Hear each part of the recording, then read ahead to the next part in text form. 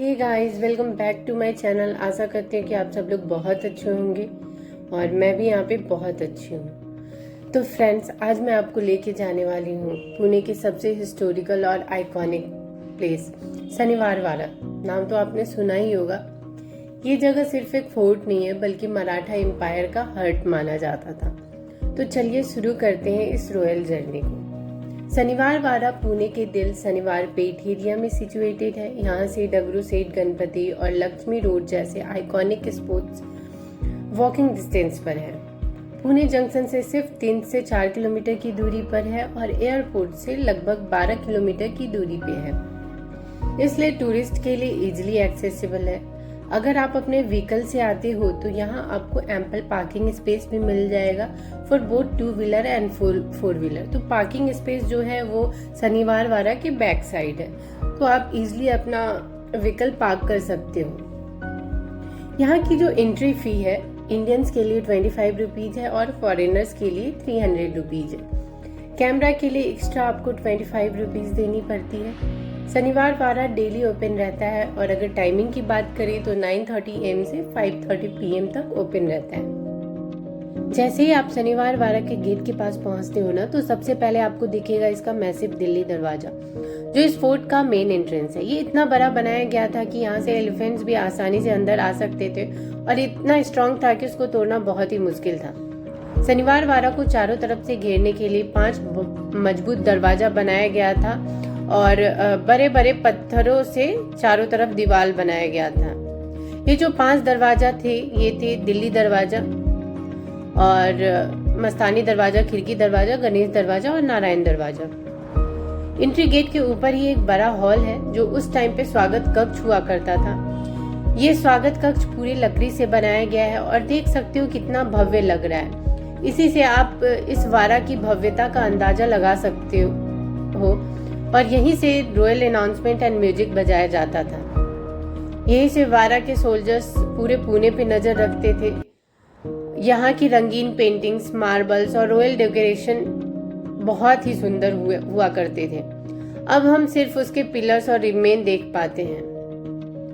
अब बात करते हैं यहाँ का सबसे फेमस एरिया, फाउंटेन एरिया, जिसको हजारी करांजी भी बोलते हैं। शनिवार वाड़ा का सबसे यूनिक फीचर था हजारी करांजी।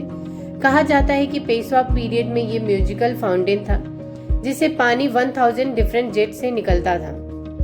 आज ये वॉकिंग नहीं है, बट इसका स्ट्रक्चर देख कर ही आप इमेजिन कर सकते हो कि 1700 में फाउंटेन्स का सिस्टम कितनी एडवांस इंजीनियरिंग थी मराठास के पास।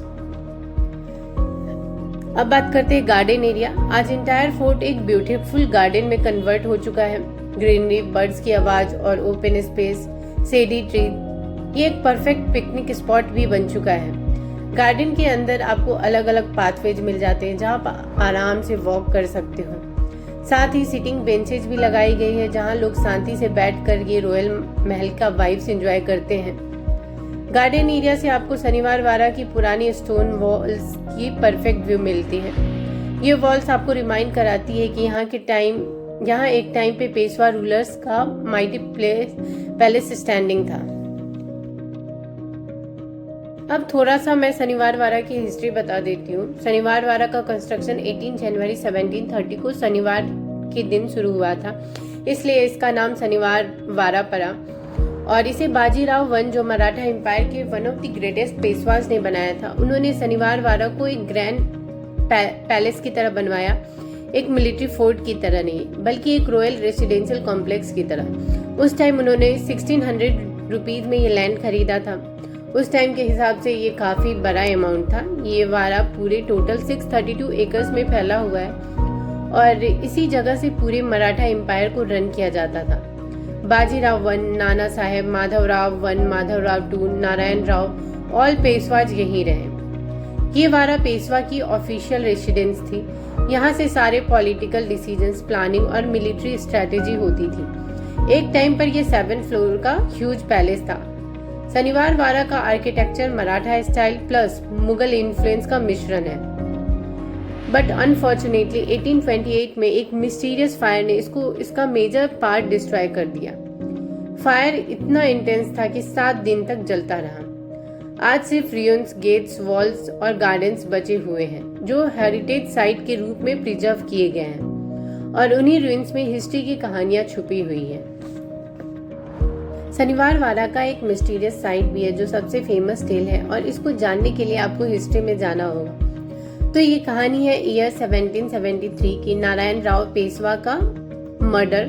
मराठा एम्पायर की हिस्ट्री का सबसे शॉकिंग और मिस्टीरियस इंसिडेंट माना जाता है।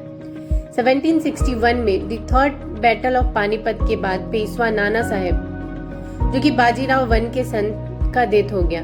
उनके दो बेटे थे, माधवराव वन और नारायण राव। तब उनके बड़े बेटे माधवराव को पेशवा बनाया गया। माधवराव एक स्ट्रॉन्ग और कैपेबल रूलर बने। उनके टाइम में मराठा एम्पायर फिर से स्ट्रॉन्ग होने लगा, लेकिन माधवराव की हेल्थ खराब हो गई और 1772 में उनका भी डेथ हो गया। माधवराव की डेथ के बाद उनके छोटे भाई नारायण राव, जो कि 17 साल के ही थे, उनको पेशवा बनाया गया, लेकिन वो बहुत यंग और अनएक्सपीरियंस थे, इसलिए उनके अंकल रघुनाथ राव को सहायक शासक बनाया गया। रघुनाथ राव को बहुत पहले से ही गद्दी का लालच था, लेकिन राजघराने के भी कुछ नियम होते हैं, इसलिए राजा हमेशा जो होता है वो बड़ा बेटा ही बनता है। तो नारायण राव और रघुनाथ राव के बीच पावर स्ट्रगल शुरू से ही चल रहा था। नारायण राव को लगता था कि रघुनाथ राव उनका पोजीशन लेने की प्लानिंग कर रहा है और रघुनाथ राव को लगता था कि नारायण राव उन्हें डिसरिस्पेक्ट करते हैं। दोनों के सपोर्टर्स में भी राइवलरी थी, इसलिए टेंशन बहुत बढ़ गई थी। रघुनाथ राव के सपोर्टर्स ने गर्दी नाम के फाइटर्स को यूज करने की प्लान बनाई। गर्दी ओरिजिनली हैदर अली के सोल्जर्स थे जो बहुत वायलेंट और डेंजरस थे। उस टाइम पे क्या होता था ना कि अगर आपको कोई भी कन्वर्सेशन करना है तो चिट्ठी का यूज करते थे।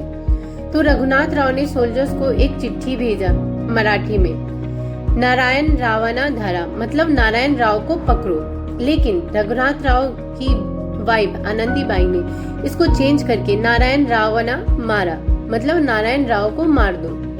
30 अगस्त को 1773 की रात गर्दी सोल्जर्स ने शनिवार वारा में घुस आए और वो डायरेक्टली नारायण राव के रूम तक पहुंच गए।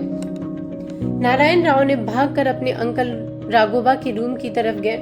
उस वक्त नारायण राव चिल्लाते हुए बोले, काका माला वाचवा, मतलब काका मुझे बचाओ, लेकिन कोई हेल्प नहीं मिली। गर्दी सोल्जर्स ने नारायण राव को वहीं पे ब्रूचुअली मर्डर कर दिया। ऑलमोस्ट पूरे पुणे में ये बिलीव था कि मर्डर में रघुनाथ राव और आनंदीबाई इन्वॉल्व थे, इसलिए उन्हें पावर से हटा दिया गया। नारायण राव के मर्डर के बाद मराठा एम्पायर में इंटरनल वॉर, ब्रिटिश इंटरफेरेंस और पॉलिटिकल इनस्टेबिलिटी शुरू हो गई। और आज भी लोग कहते हैं कि शनिवार वारा में रात को एक बच्चे की आवाज सुनाई देती है, काका माला वचवा। इसलिए शनिवार वारा को इंडिया का मोस्ट हॉन्टेड प्लेसेस में माना जाता है। नारायण राव पेशवा का मर्डर मराठा हिस्ट्री का टर्निंग पॉइंट था। उसके बाद मराठा पॉलिटिक्स वीक हो गया, ब्रिटिश का इंटरफेरेंस बढ़ने लगा, इंटरनल राइवरी बढ़ गई और एक इनोसेंट 18 ईयर ओल्ड पेशवा का ट्रेजिक एंड हो गया। इस वजह से शनिवार वारा को एक हॉन्टेड पैलेस भी माना जाता है और ये कहानी इस पैलेस को और भी इंट्रिगिंग बना देती है। यहाँ एक लाइट एंड साउंड शो भी होता है जिसमें मराठा एम्पायर की कंप्लीट हिस्ट्री बताई जाती है। अगर पॉसिबल हो तो आपको ये शो डेफिनेटली देखना चाहिए। गार्डन्स में वॉक करना, ड्यून्स को देखना और उन कहानियों को फील करना एक अलग ही एक्सपीरियंस है। इस पैलेस में लव, बिट्रेयल और पॉलिटिक्स की कहानियाँ छुपी हुई है। मस्तानी और बाजीराव की रोमांस और फैमिली राइवलरी जो मराठा एम्पायर को हिला गई। ये साइट एक सिंबल है मराठा प्राइड और पुणे की कल्चरल आइडेंटिटी की। दोस्तों, ये था हमारा आज का टूर पुणे का हिस्टोरिकल जेम शनिवार वारा का। अगर आप पुणे आ रहे हो तो ये प्लेस मस्ट विजिट। वीडियो अच्छा लगा हो तो लाइक, शेयर और सब्सक्राइब करना मत भूलना। मिलते हैं नेक्स्ट ट्रैवल ब्लॉग में। Till then take care and keep exploring. Thanks for watching. Bye bye.